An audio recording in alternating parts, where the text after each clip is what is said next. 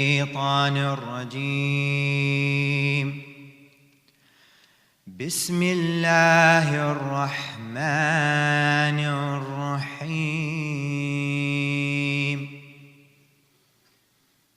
الحمد لله رب العالمين بارئ الخلائق أجمعين فاطر السماوات والأراضين، ثم الصلاة والسلام والتحية والإكرام على أشرف الأنبياء والمرسلين سيدنا ونبينا ومولانا أبا القاسم محمد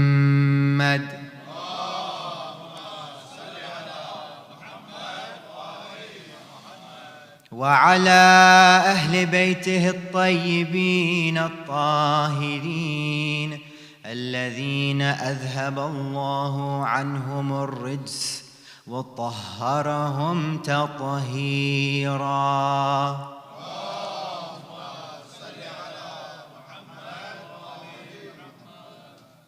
وقال النبي الأكرم صلى الله عليه وآله ورد عنه في حديث شريف: ذكر علي عبادة صدق الرسول الكريم. صلوا على محمد وآل محمد.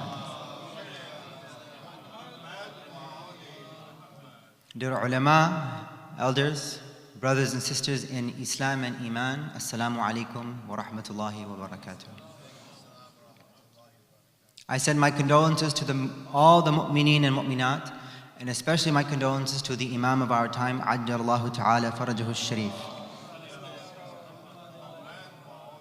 On this night where we commemorate the loss of the first Imam and the successor of the Holy Prophet, Amir al-Mu'mineen Ali ibn Abi Talib, alayhi afdalu salatu wassalam.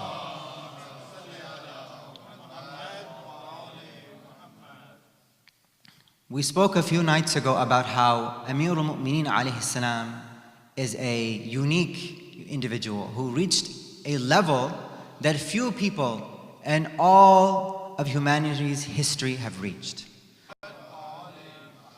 That because such a person's 2 days are the same, they have come back empty-handed, they are maghboon. And then there are instigators, those who instigate good and those who instigate bad in our communities.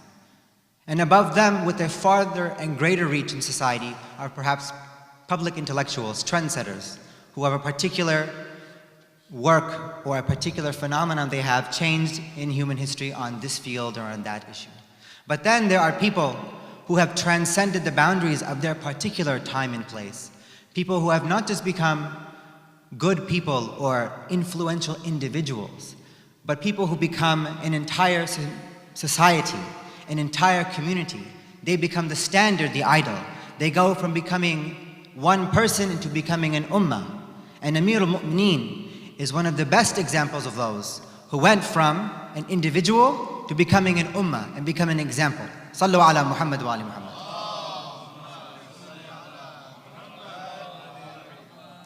And that was a result of his charisma and his pull of the human fitrah towards the kamalat that were joined within him.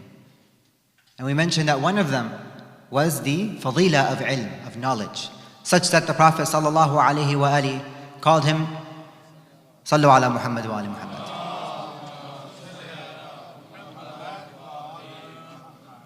He said, Ana madinatul ilm wa aliyun babuha. That I am the city of knowledge and Ali ibn Abi Talib is the gate to this city of knowledge.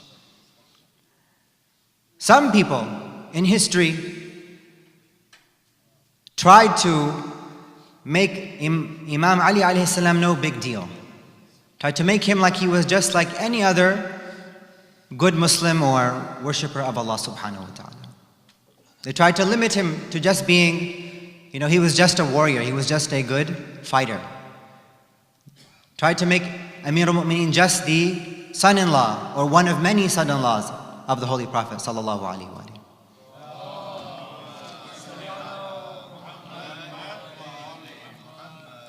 Tried to make Amir al-Mu'mineen just the cousin of the Prophet and a clansman of the Prophet. And so, when fada'il like these of Amir al-Mu'mineen alayhi salam would be narrated, the fabrication factory of Bani Umayyah would be at work to try to belittle the rutbah, belittle the station and maqam of Amir al-Mu'mineen, and try to make him like every other person. For this hadith, as an example, أَنَا مَدِينَةُ الْعِلْمِ وَعَلِيٌّ بَابُهَا, by their own admission, there were muhaddithun, or so-called scholars of ahadith, that would narrate this hadith in a very different form.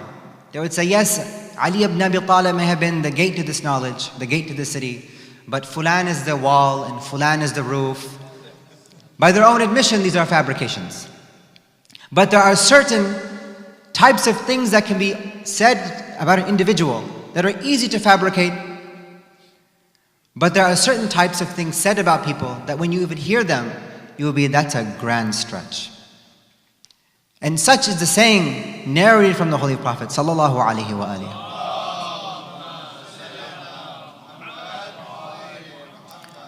where he says, ذِكْرُ عَلِيٍّ عِبَادَةً, that the dhikr, the mention of Ali ibn Abi Talib is ibadah, worship. Not just looking at the face of Amir al-Mu'mineen, but to mention Amir al-Mu'mineen alayhi salam is ibadah. Now when we hear this hadith from the Prophet, what does it mean?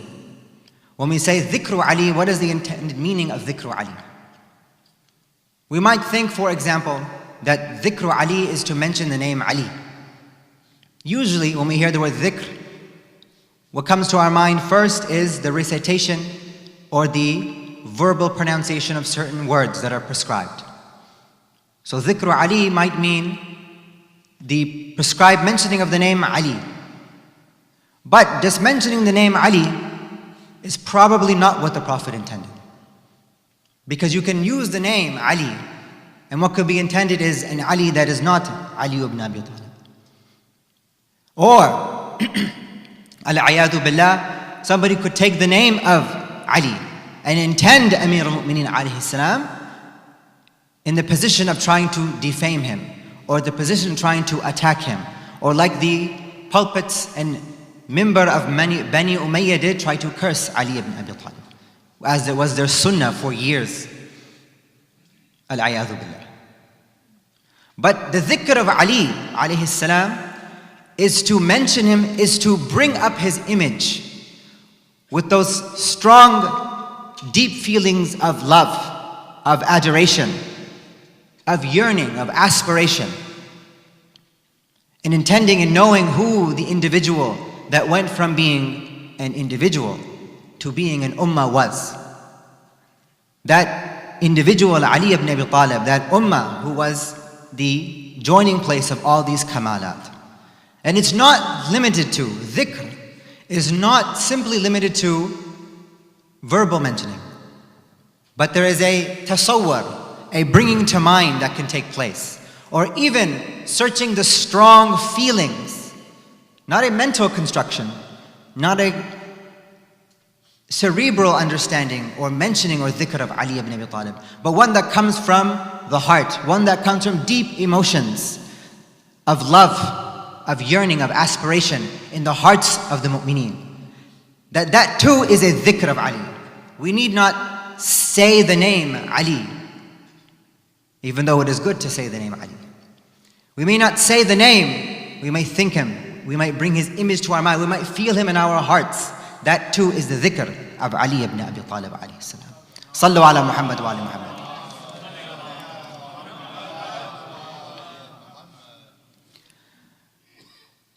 Now what is it that the Prophet sallallahu alaihi might have meant? Sallu ala Muhammad wa ala Muhammad. When he said that the dhikr of Ali is ibadah. What is ibadah? What is worship? In the language of deen, in the vernacular of Ahlul Bayt alayhimus salam, in their lahja, for example, they use different words to describe different actions. And in one instance, something is called a hasana. Allah subhanahu wa ta'ala says in the Holy Quran, Bismillah ar-Rahman ar-Rahim, Man ja'a bil hasanati falahu ashru أمثالها. That whoever comes and performs a hasana, then for him is 10-fold of that hasana. So when you do a good deed, and it's called a hasana, that you get 10 times the reward. It's not worth just one, it's worth 10. An action that you are simply getting thawab for. You do it and you get thawab. That is what a hasana is. When you go and you enter the masjid, it is a hasana, it is mustahab that you use perfume, make yourself smell nice. The Prophet ﷺ was known for always smelling beautifully wherever he went, such that people knew the Prophet was in a place because they could still smell his beautiful fragrance. Putting on this itr, this perfume, cologne, is a hasana. But then there are things that are on different levels. The a'mal salihah, beautiful deeds, righteous deeds, are not all the same level. Holy Prophet also called certain actions sadaqah. Imatatul adha anit tariq, sadaqah.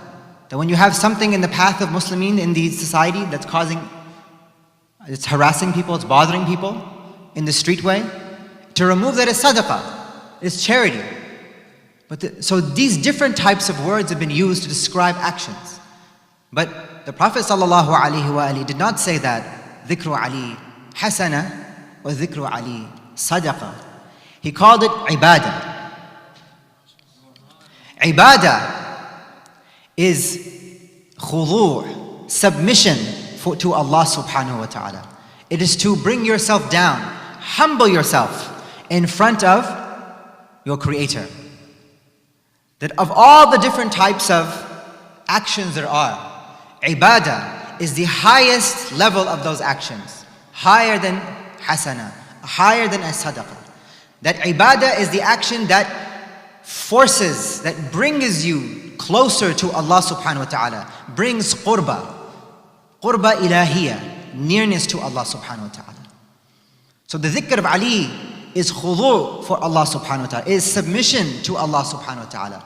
It is a dhikr, an action that Allah has declared brings you close to Him, reaching the highest levels of closeness to Allah subhanahu wa ta'ala. Now, ibadah is not always conceived of the same way. Ibadah, many times when we hear the word ibadah, we might think just ritual actions, which we mentioned yesterday. Rituals are part of Islam. But it's not merely getting the deed done is what Allah subhanahu wa ta'ala wants. It is beyond that. But ibadah, according to fuqaha, there are many understandings of ibadah that are out there. What is the different conception of ibadah, and what do they all mean in terms of this hadith from the Holy Prophet sallallahu alaihi wasallam?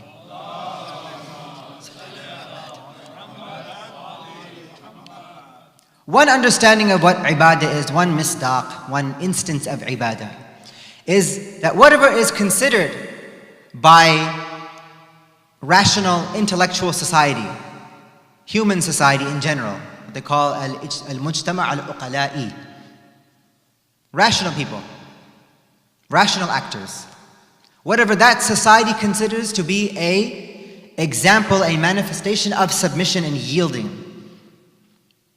Ibadah has of two types in this conception.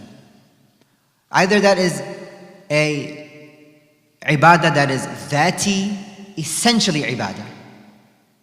That action is the attribute of khudu', and ibadah is essential to that action. Essential meaning you can't strip it away. When something is part of the essence of one thing, were to lose that quality, it would no longer be that thing. The human being, for example, in Hellenistic thought, Greek logic and philosophy, it is usually described and defined as al-haywan al-natiq. The creature, the animal, quote unquote, that is rational, that has an intellect. So haywaniya, natiqiyya, these qualities, if you were to strip that away from a human being, he would no longer be a human being. If you stripped away the ability to use the intellect or the potential of intellectuality, of reason from the human being, he would no longer be a human being. He would be something else. And then there are actions that are not ibadah by essence. They are ibadah qasdiyah.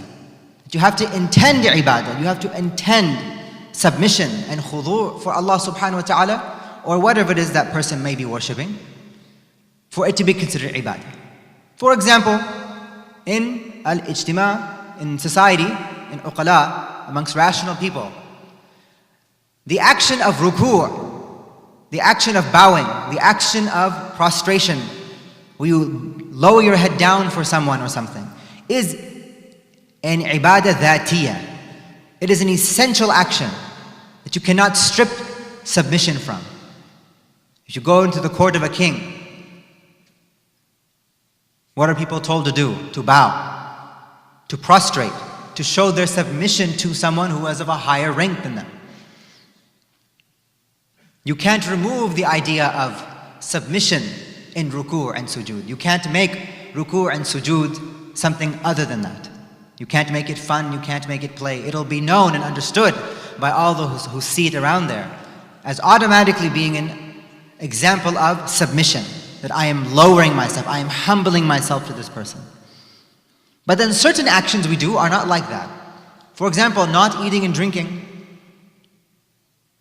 holding back from food or drink. In Shahe Ramadan, we don't eat or drink during the day if you are fasting. If it's wajib upon you to fast, no one eats or drinks, it's haram.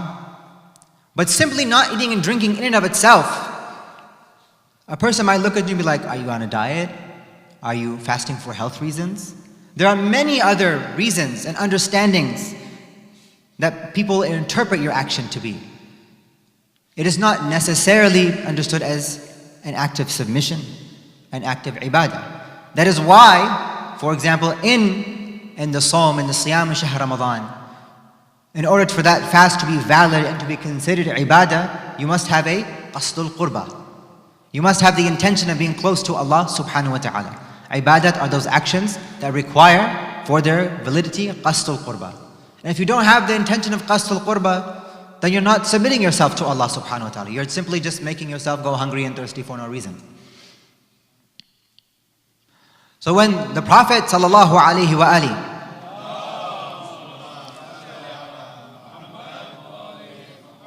says that dhikru Ali ibadah, and ibadah is that which looks and appears to be khudu, submission to Allah subhanahu wa ta'ala, whether you intend it or not. Dhikr Ali is that which causes you and forces you to be humble to Allah subhanahu wa ta'ala. There is no way to mention, to bring to mind Ali ibn Abi Talib without coming into a state of submission to Allah subhanahu wa ta'ala. It is almost takweeni, part of the creation of Allah subhanahu wa ta'ala, that when you mention Ali, when you use his dhikr, because this is the person, whoever mentions Ali, whoever remembers Ali, whoever brings Ali to his heart, is worshipping Allah subhanahu wa ta'ala, is the one who is oriented towards Allah subhanahu wa ta'ala. They see the kamalat, they see the dedication of Amir al-Mu'mineen to nothing other than haqq, to truth, to justice. That is one understanding of ibadah, and that is one possible meaning of intended by the Prophet sallallahu alaihi wa alihi. Sallu ala Muhammad.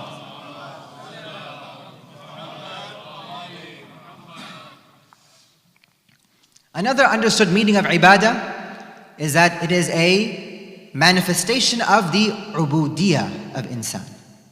Human beings, in their core and in reality, they are ibad, they are servants. They are abdun lillah subhanahu wa ta'ala. Their natural place is in shackles to their Lord and the Creator, to serve Him, to recognize Him. Even though the human being may often forget and think himself to be the master or sayyid or owner of anything really, in reality, that milkiyah, that ownership, is only there because Allah subhanahu wa ta'ala made that. It's what something in ulama called i'tibari. It is convention that you own this. The real mulk, the real milk is lillahi subhanahu wa ta'ala. And so the human being in his core in reality is an abd, is a servant of Allah subhanahu wa ta'ala. And Allah subhanahu wa ta'ala shows us and always recognizes and emphasizes this understanding of ubudiyah. That the human being is, as the philosophers and the urafa said, that he is aynu ta'alluq billahi, bilwajibihi ta'ala. That the human being is the need itself to Allah subhanahu wa ta'ala. He is what they call wujud rabit. He is the connected existence. He has no independence. That we are unimaginably impoverished and in need of Allah subhanahu wa ta'ala. He says, Bismillah ar-Rahman ar-Rahim, Ya ayyuhan nas, O mankind, to everybody. Antumul fuqara'u ila Allah. You are the fuqara, you are the impoverished ones, you are all the faqirs of Allah subhanahu wa ta'ala. Wallahu huwal ghaniyul hamid. And Allah is the one who is ghani, free of need, needless, independent, and worthy of all praise. Sallu ala Muhammad wa ala Muhammad.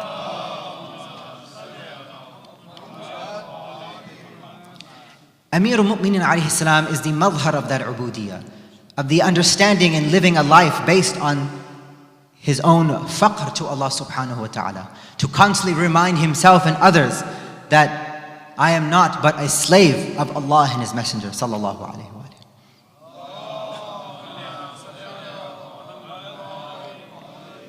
One of the companions of Amir al-Mu'minin alayhi salam by the name of Ibn Abi Rafi' came to Amir al-Mu'minin on a day of Eid. And he saw that a large bag that was sealed was presented to Amir al-Mu'minin.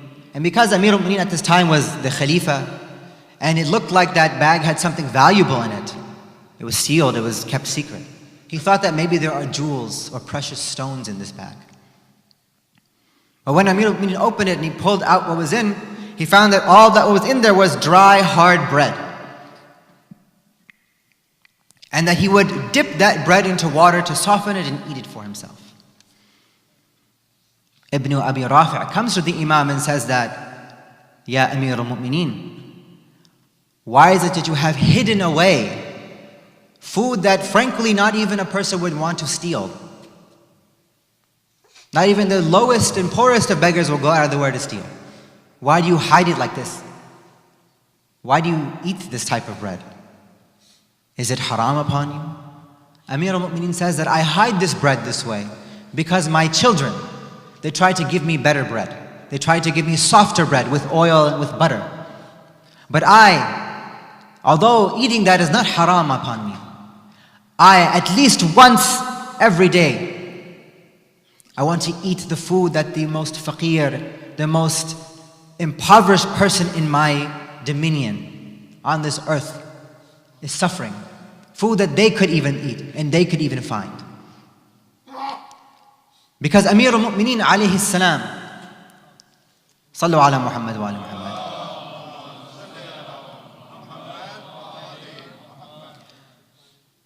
Amir al-Mu'minin alayhi salam is showing us that in reality, between me, who is the Khalifatul Muslimin right now, and between that beggar on the street, that poor man, there is actually in reality no difference. We are both servants in need and impoverished towards Allah subhanahu wa ta'ala.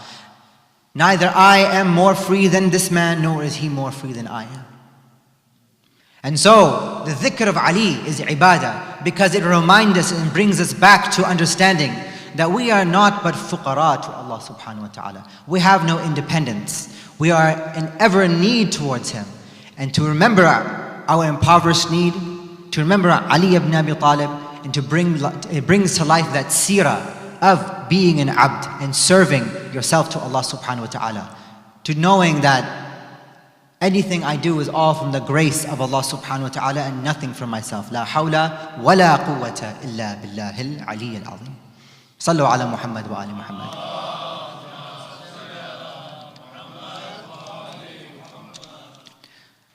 The last meaning of ibadah, possible conceptions of ibadah, is that whatever establishes the dhikr of Allah subhanahu wa ta'ala. When we hear dhikrullah, we've already talked about how it might be verbal.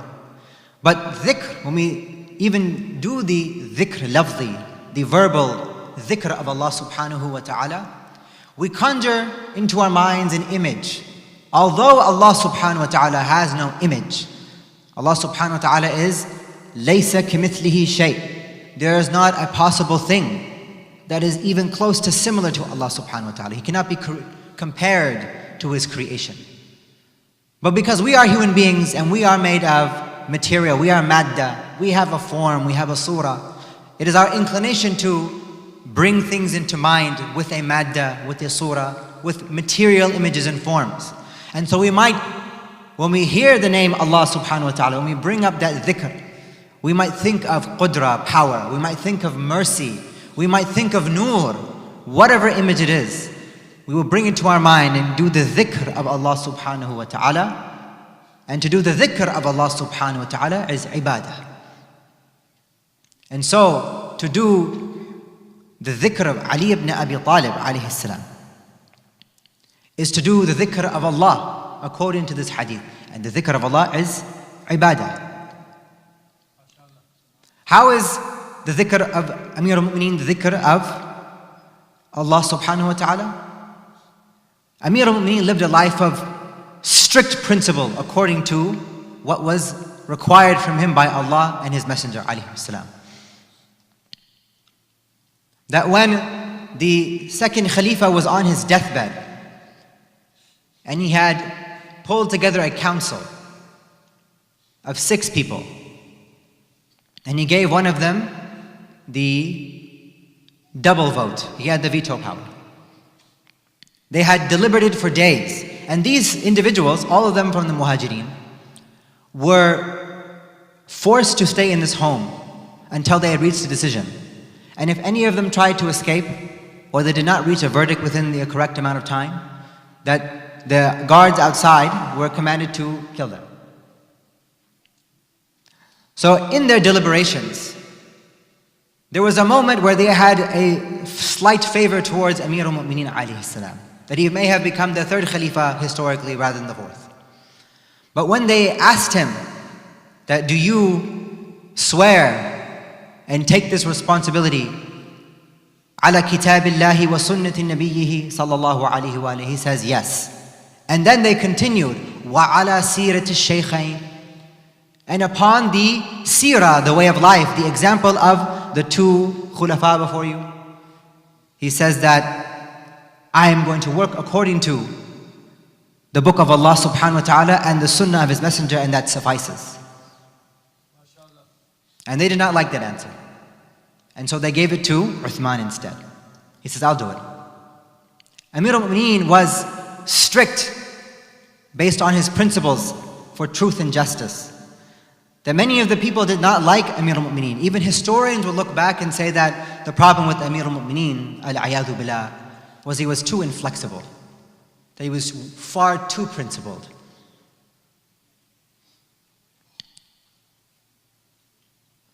So the life of Amir al-Mu'mineen, the dhikr of Amir al-Mu'mineen alayhi salam, is to bring to life the ahkam of Allah, bring to life a deep understanding of truth, of principle, of the sunnah of the Messenger sallallahu alayhi wa alihi. For that is the dhikr of Allah subhanahu wa ta'ala, and to remember your responsibilities and rights towards Allah, towards His asma al-husna, towards kamal. Sallu ala Muhammad wa ali Muhammad.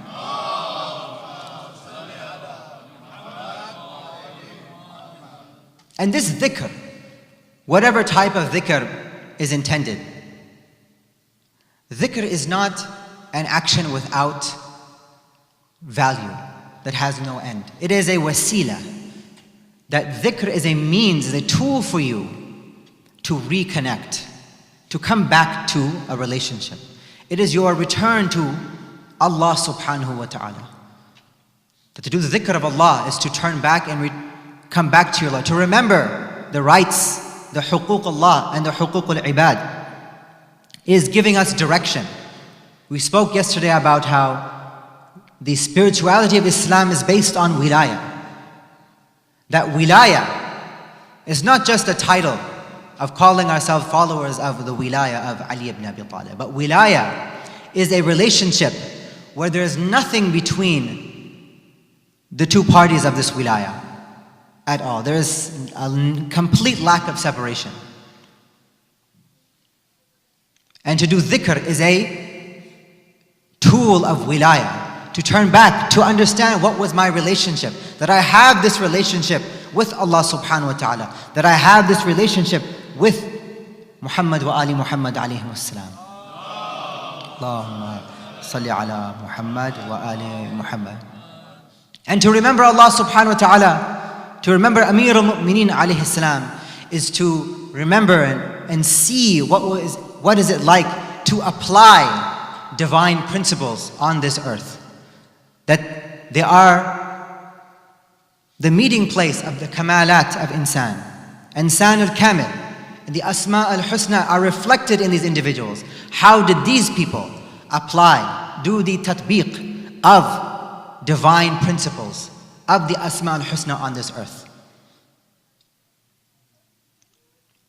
And so this dhikr is to strengthen our relationship with Allah, to strengthen our relationship with the Prophet and the Imams alayhim salam, all of them.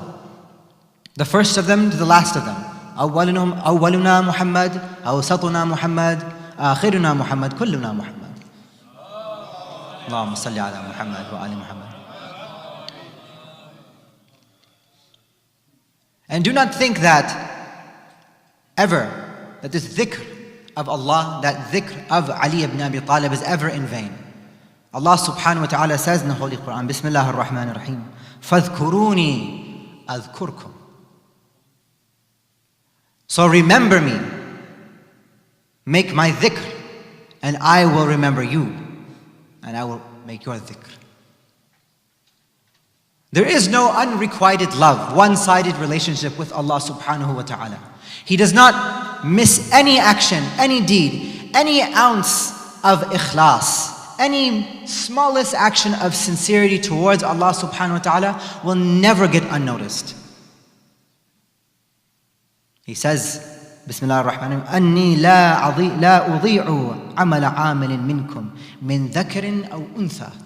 I do not waste, I do not put aside or ignore any action of any actor from amongst you of mankind, whether they be man or woman. That Allah is as interested in who you are, what your efforts are, what are you trying to do for Him, as you may be. More so, that lifting that foot in the direction of Allah, that one step, that qadamu sidqin for Allah subhanahu wa ta'ala, He's waiting for it. He's desiring that. When is that one step forward for my sake, with complete khulus and ikhlas, with our best efforts going to take place?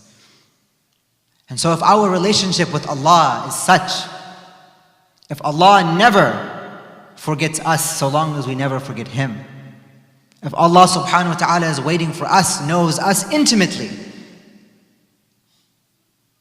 فَإِنِّي قَرِيبٌ, He says, I am close to Him. Then how could it be that those who are the reflection and the madhar, the manifestation of Allah subhanahu wa ta'ala's beautiful attributes and names be any different? Why would our relationship with Muhammad wa Ali Muhammad alayhi wasalam be one-sided in any way or form? One of the companions of Amir al-Mu'mineen alayhi salam, by the name of Harith al-Hamadani, he was a tabi'i, and he was very much bothered by the general Muslim community at that time for his tashayyu', for his following and utmost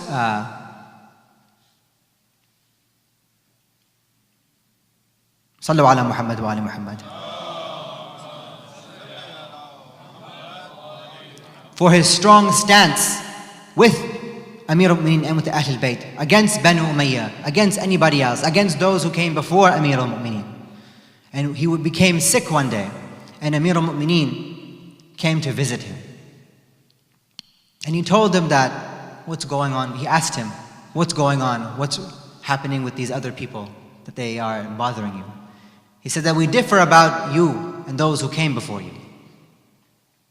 And Amir al-Mu'mineen says, the best of my Shia are those who are in the middle path, Those who take it to an extreme and do ghulu, make anybody other than Allah, Allah, worship other than Allah, try to make, for example, the Imams, Anbiya, say they are Rusul. Those who, when the ghulat look at them, they come back. They are pulled back to the center, towards al-wasat, moderation.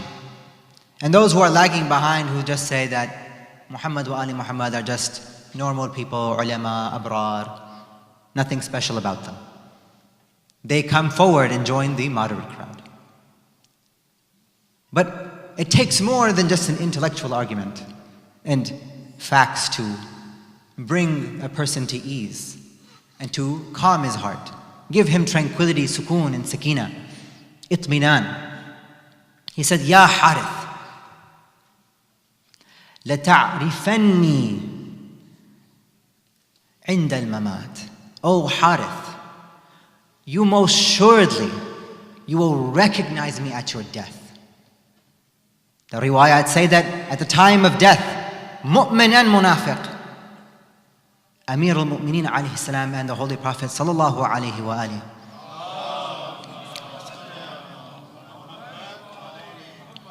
we will be there when you are in the last moments of your life, when the angel of death has come. أبشرك يا حارث أبشرك لتعرفني عند الممات وعند الصراط. And on the day of judgment, when you cross that bridge that is said to be described like a needle, the thinness of a needle, that precarious place where if you were to fall, it is a falling into the fires of hell, a reflection of what our actions were in this life. O Harith, you will recognize me at death, you will recognize me on the sirat, وَعِنْدَ الْحَوْضِ. And when you come to the pond of Al-Kawthar, and you are waiting thirsty, hoping that someone will give you a drink from the sweetness of this pond, you will recognize me, you will see me, you will remember me. And you will remember me and you will recognize me, O Harith. عند المقاسمة. And he asks him, Oh Amir, what is apportionment? What is muqasama? He says that muqasamatun nar, the sending people and apportioning them to the hellfire. أقاسمها قسمة صحيحة. I will be the one to delineate and split the people between heaven and hell. I am qasimul jannati wan nar. I will say to the fire, هذا وليي فاتركيه. This is my wali. This is one who remembered myself and my person, lived according to my values. Amir al-Mu'mineen may not be our personal friend. He may not be our neighbor or acquaintance. But to know Amir al-Mu'mineen and to be the wali of Amir al-Mu'mineen is to know what he stood for, what he died for. To act and serve for justice, even if it was against his own dunyawi interests, his own family and friends. To be the wali of our Imam, the Imam of our time, Ajjallahu ta'ala farajah sharif.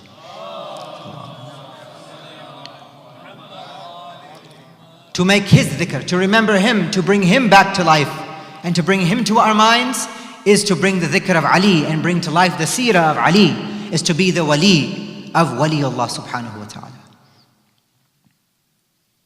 أقول هذا ولي فاتركيه وهذا عدوي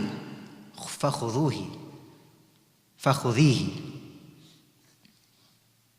And I will say that this person is my enemy, the one who fought against me, the one who hated me, the one who I never met, but he lived the sunnah other than the sunnah of Allah subhanahu wa ta'ala, other than the sunnah of Muhammad wa Ali Muhammad alayhi salam. He lived the sunnah of Muawiyah. He lived the sunnah of those who were tyrants and oppressors, fought against truth, fought for the greed of this world. This person is not my wali, that person is my enemy. So take them, O fire, and punish them as they deserve. That this is the dhikr of Amir al-Mu'mineen, to change and transform us, because that dhikr is a way for us to have true wilayah. Human beings Some scholars of Arabic language say, the word in Arabic for it is al-insan. That insan is related to the word nisyan, to forget. Because it is essentially human to be forgetful. And so we need reminders. We need to be reminded about what is our mawqif, what is our stance when it comes to all these issues. In the moment, in the heat of this world, in the hustle and bustle of our lives, we're too busy sometimes to see that I might have these material needs, but what is the principle on which I'm supposed to take them? What is the way that Allah subhanahu wa ta'ala has prescribed? What is the just? What is the correct way to do so? Am I trampling on somebody else's rights? Am I trampling on the rights of Allah subhanahu wa ta'ala? Am I being a good human being? Am I treating someone with the compassion and kindness they deserve? By simply, even if they're not, as Amir al-Mu'minin says, my brother in deen, they are still my associate and companion and brother in humanity.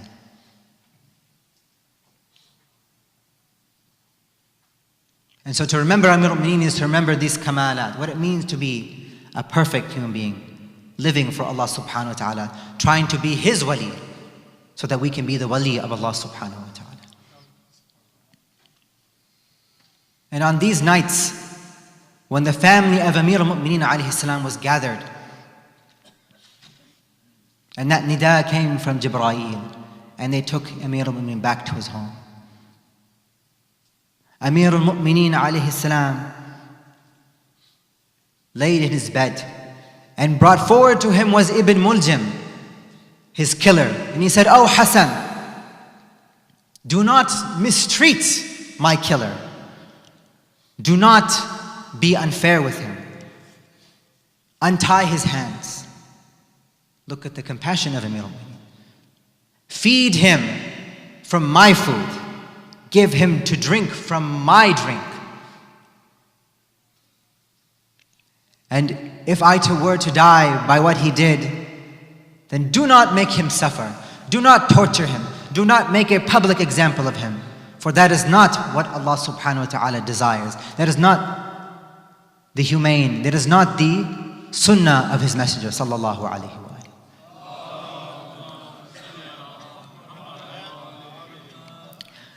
I know, Hassan, if I am to survive, if I am to make it out of this, then I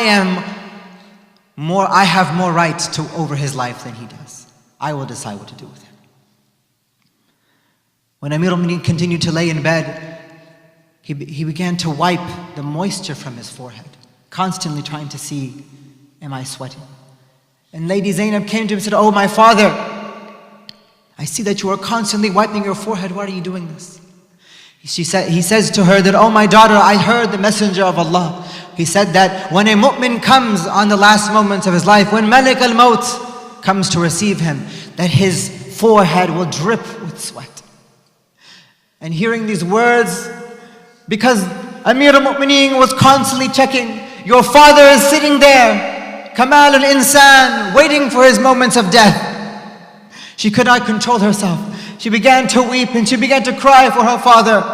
She put her head on the chest of Amir al-Mu'mineen alayhi salam, and she said, "Oh father, Ayman told me the hadith of Karbala. Oh father, tell me the hadith of Karbala. What happens in Karbala?" He says that, "Oh my daughter, oh Zainab, it is just as Ayman told you. It is as if I am there with you right now, Zainab, as you are made prisoners, carried the daughters of Rasulullah into Sham, fearful. But have patience, my daughter, because I am with you. Not for a moment have I abandoned you, O Zainab. Have sabr." Hearing this and seeing the tears of Lady Zainab, the rest of the family could barely hold back their tears, crying for their father, crying for the calamity that just befell them. And Amir al-Mu'minin says that, "Oh my family, do not grieve over me. This is merely what the Messenger of Allah has promised me. It is as he said, and soon I will be leaving you. Soon this will be my wada'." He called Imam Hassan forward. He said, "Oh Hassan, these are my last moments. And when I leave this world, you must wash my body and perform my ghusl. And when you perform my ghusl, and you must put the hunut on my body, you must put that kafur on my places of sajda, bring the kafur of Rasulullah, bring the hunut of Rasulullah, for that is from Jannah. And when it comes for my burial, O Hassan, take your brother and put me in my coffin, put me in my janazah and hold it from behind, and let the ghaibi forces, the malaika of Allah, carry it forward. For we cannot let the others know where I am buried. How mazloom is Ahlul Bayt, that first the grave of Fatima al-Zahra is unknown to us. And now the grave of Amir al-Mu'mineen alayhi salam is hidden from his lovers and followers. Oh Allah, give us the tawfiq to find the grave of Zahra, to bless us with that vision in our lives one day. Wa Aliya wa Imama.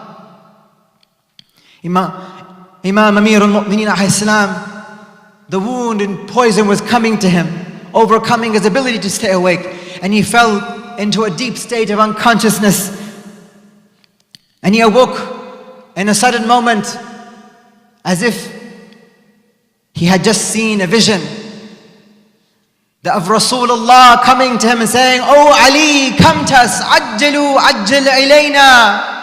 I am waiting for you, O Ali. Your uncle Hamza is waiting for you. Your brother Ja'far is calling to you. And wallahi nahnu mushtaquna ilayka ya Ali. We are yearning and waiting for you, O Amir al-Mu'mineen. Come to us." And the family of the Imam bursted out into tears. They could not control themselves. Wa abata man lana ba'dak. What do we have after you, O Amir al-Mu'mineen? The poison became severe and strong, and he fell unconscious one more moment. And then the final Zair, the final visitor of Amir al-Mu'mineen came forward. That ghaibi visitor that came and knocked on the door of Rasulullah in his time. Amir al-Mu'mineen suddenly awakes from his unconsciousness and he says that it's time for me. My final visitor has arrived. He faces towards the Qibla. He recites the Shahada, Ashhadu an la ilaha illallah. وحده لا شريك له وأشهد أن محمدا عبده ورسوله رفقا بي يا ملائكة الله. Oh, be gentle with me, angels of Allah. And Amir al-Mu'mineen's head dripped with sweat and his body became limp and his eyes closed for the last time in this world. Wa Aliya wa Imama. The people of Kufa saw what happened. News spread and they couldn't control themselves. Ya Mazluma wa Aliya Ashbah an-nas bin Rasul khalqan wa khuluqa. The people in Kufa were in chaos, crying and wailing over their Imam. And the family of the Imam quickly prepared for his burial. Imam Hassan washed the body of Amir al-Mu'mineen with Imam Hussein. And they brought forward the hunut of Rasulullah, and they could smell from the body of Amir al-Mu'mineen. Ibn al-Hanafiya says, it was like the misk of paradise. They lowered Amir al-Mu'mineen into his janazah, and Imam Hassan Hussein grabbed it from behind, and suddenly the coffin of Amir al-Mu'mineen lifted from the front and went on ahead. Hassan Hussein trailing and following behind it. And it led them eventually far away from the city, trying to protect Amir al-Mu'mineen alayhi salam. Ya Allah, Amir al-Mu'mineen, not even in death is safe from his enemies. Into the outskirts of Kufa, a place called Najaf al-Kufa, they found an open piece of land. And they buried Amir al-Mu'mineen. From a command from the sky, it says, "Bring to me my servant, for this is the resting place of Nuh and Adam."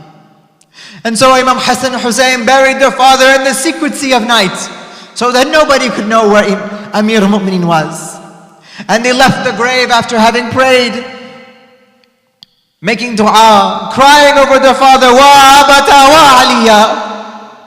And on the way back they found an old man in the street begging. An old blind man sat there saying, "Help me, O stranger, yarhamukallah. I have no food and I have no water." Imam Hassan Hussein stopped to help the old man. He says that, "Oh Abdullah, please help me. Throughout this month, I had someone come every night here to feed me, to give me food, to give me water, to give me company and solace, to sit with me and make me feel like I was someone for a moment in this world. But that man, whoever came to visit me, he has been gone for 3 days. I haven't seen him. I haven't had food or water in 3 days. Imam Hassan looks at him and he says that, oh man, what was the name of this person? He said that this man would not tell me. Whenever I would ask his name, he would say, Ya Sheikh, ya old man, ana faqirun, jalisha faqira. I am just a poor faqir man, taking company with another poor faqir man. Imam Hassan asked, oh Sheikh, where was he from? What tribe did he come from? I asked him where he came from, but he would say nothing but, Ana miskinun, maskinun, miskinun jalasa, miskina. I am a poor, destitute miskin who has come in the company of another miskin. Oh blind man, oh Sheikh, what did he sound like? Surely you must know his voice. And the man said, oh Abdullah, he sounded just like you. He spoke like you spoke. He had the lahja that you had. And Amir al-Mu'mineen's sons, Imam Hassan and Hussein, broke up into tears. Oh Sheikh, that was our father. We are Hassan and Hussein. And our father, your companion, your faqir was Amir al-Mu'mineen, Khalifat al-Muslimin. The old man begged them, asked, requested Imam Hassan and Hussein to take me to his grave. And when they came upon the grave, the man could barely control himself. He began to weep and cry over the grave of Amir al-Mu'mineen. Wa aliya, wa madhluma. His wailing, his grief so severe that he fell over. And Allah subhanahu wa ta'ala took him towards him to be with Amir al-Mu'mineen. Wa aliya, wa madhluma, wa imama. Mati Muhsin.